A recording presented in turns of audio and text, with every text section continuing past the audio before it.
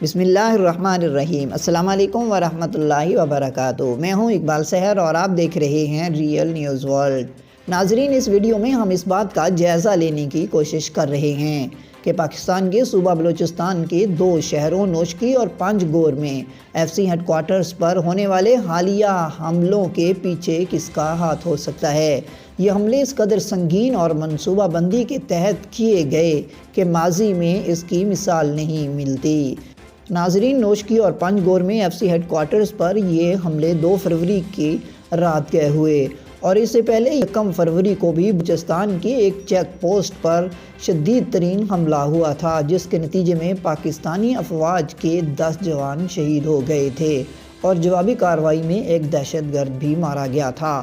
لیکن جو اب حملے ہوئے ہیں نوشکی اور پنجگور میں، یہ زیادہ سنگین تھے اور منصوبہ بندی کے تحت کیے گئے تھے۔ ان حملوں کی زد میں کم از کم پاکستانی افواج کے 7 جوان شہید ہوئے ہیں، جبکہ جوابی کارروائی میں دہشت گردوں کے 13 افراد ہلاک ہوئے۔ لیکن یہاں سوچنے کی بات ہے کہ یہ حملے اس قدر شدید کیوں تھے اور یہ منصوبہ بندی اس قدر کیوں کی گئی کہ ماضی میں اس کی مثال ملنا مشکل ہے۔ آئیے ہم اس میں جائزہ لینے کی کوشش کرتے ہیں۔ بلوچستان میں حالیہ حملے میں پاکستانی سیکورٹی فورسز کو نشانہ بنانے کی مربوط کوشش کی گئی۔ نوشکی اور پنجگور کے حملوں کے بعد یہ سوالات سامنے آ رہے ہیں کہ کیا بلوچ علیحدگی پسند تنظیمیں ایسی تربیت اور اہلیت حاصل کر چکی ہیں کہ وہ اس قسم کے مربوط حملے کر سکیں اور پھر کئی گھنٹوں تک سیکورٹی فورسز کے جوانوں کا مقابلہ بھی کر سکیں۔ خیال رہے کہ ان حملوں کی ذمہ داری کالعدم دہشت گرد تنظیم بلوچ لبریشن آرمی کے مجید بریگیڈ کی جانب سے قبول کی گئی۔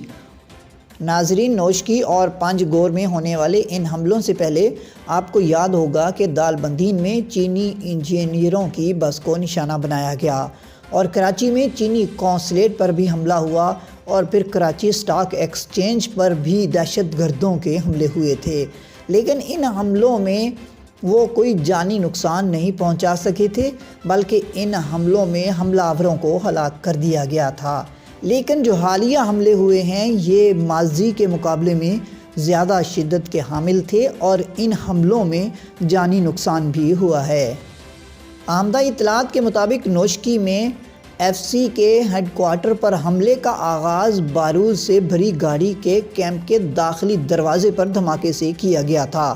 آپ اس سے اندازہ لگا سکتے ہیں کہ یہ حملہ کس قدر شدت کا حامل ہوگا۔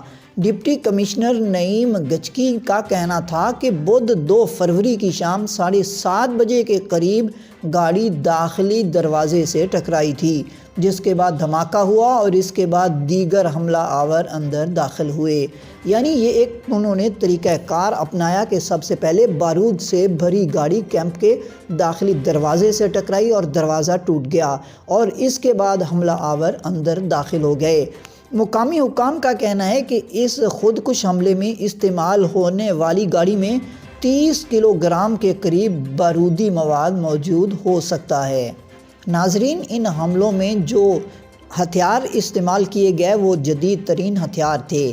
نوشکی اور پنجگور میں جو دہشت گرد ہلاک ہوئے اور جو منظر عام پر ان کی تصاویر آئی ہیں، ان کے پاس ہم دیکھ سکتے ہیں راکٹ لانچر ہیں اور دیگر جدید اسلحہ موجود تھا۔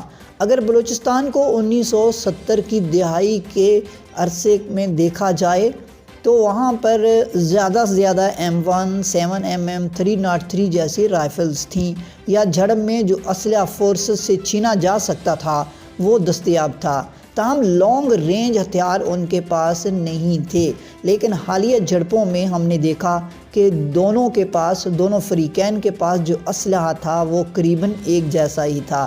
تو اس کا مطلب ہے کہ ان کے پاس اب جدید ترین ہتھیار موجود ہیں اور جن کا وہ استعمال کر رہے ہیں۔ اور اس دور میں جو امریکہ یہاں سے افغانستان سے واپس لوٹا ہے تو یہاں پر ان کا بہت سا اسلحہ رہ گیا اور وہ ایسے عناصر کے ہاتھ لگ گیا جو سمگلر ٹائپ تھے اور انہوں نے آگے بھیج دیا۔ اور بلیک مارکیٹ میں تو ناظرین آپ بھی جانتے ہیں کہ ہر طرح کے ہتھیار موجود ہوتے ہیں ماہرین کہتے ہیں کہ اسلحہ امریکی ساختہ ہو، روسی ہو، چینی ہو یا انڈین، اس سے کوئی فرق نہیں پڑتا، کیونکہ جتنے اسلحے کا فروغ اس دور میں ہوا ہے، اس سے ہر طرح کا اسلحہ بلیک مارکیٹ میں آسانی سے مل جاتا ہے۔ ماہرین کہتے ہیں کہ ضروری نہیں ہے کہ کوئی ملک یا گروپ فراہم کرے، بلیک مارکیٹ اتنی بڑی ہے کہ اسے بآسانی حاصل کیا جا سکتا ہے۔ ناظرین، یہاں ایک سوال پیدا ہوتا ہے کہ کیا ٹی ٹی پی اور بی ایل اے میں اتحاد ہے؟ اس حوالے سے پاکستان کے وفاقی وزیر داخلہ شیخ رشید احمد کا کہنا تھا کہ نوشکی اور پنج گور میں ہونے والے حملوں میں بلوچ شدت پسندوں کو تحریک طالبان پاکستان کی حمایت حاصل رہی ہے، ورنہ بی ایل اے اور اس جیسی دیگر جماعتوں میں ایسی قابلیت موجود نہیں ہے۔ لیکن عالمی میڈیا کے مطابق کل عدم بلوچ لبریشن آرمی کے ترجمان نے وفاقی وزیر شیخ رشید کے تحریک طالبان سے مدد لینے کے الزام کو مسترد کیا ہے۔ کل عدم بلوچ لبریشن آرمی کے ترجمان کا کہنا تھا کہ بی ایل اے اس وقت محض ایک اتحاد بلوچ راجی آجوئی سنگر براس کا حصہ ہے، جس میں B L A, B L F, B N A, B R G اور ایس آر اے شامل ہیں۔ ان کا مزید کہنا تھا کہ ان میں سے 3 بلوچ آزادی پسند سیکولر مسلح تنظیمیں ہیں اور ایک سندھی آزادی پسند سیکولر مسلح تنظیم ہے۔ اس کے علاوہ بی ایل اے کسی بھی اتحاد کا حصہ نہیں۔ ناظرین، یاد رہے کہ نوشکی افغانستان کے بارڈر کے قریب ہے اور پنجگور ایرانی بارڈر کے قریب ہے۔ پاکستان کے وزیر داخلہ شیخ رشید نے جمعے کو کہا تھا کہ نوشکی اور پنج گور میں حملہ آوروں کی جو کمیونیکیشن پکڑی گئی ہے، اس میں یہ لوگ افغانستان اور انڈیا کے ساتھ رابطے میں تھے۔ امارت اسلامی افغانستان کے نائب ترجمان بلال کریمی نے شیخ رشید کے موقف کو مسترد کیا ہے اور کہا ہے کہ یہ پاکستان کا اندرونی معاملہ ہے۔ بلال کریمی کا مزید کہنا تھا، ہمارا یہ اصولی موقف ہے اور خواہش ہے کہ افغانستان کی زمین پڑوسی ممالک کے خلاف استعمال نہیں ہوگی۔ ہم سمجھتے ہیں کہ وہاں امن ہوگا تو یہاں بھی امن ہوگا۔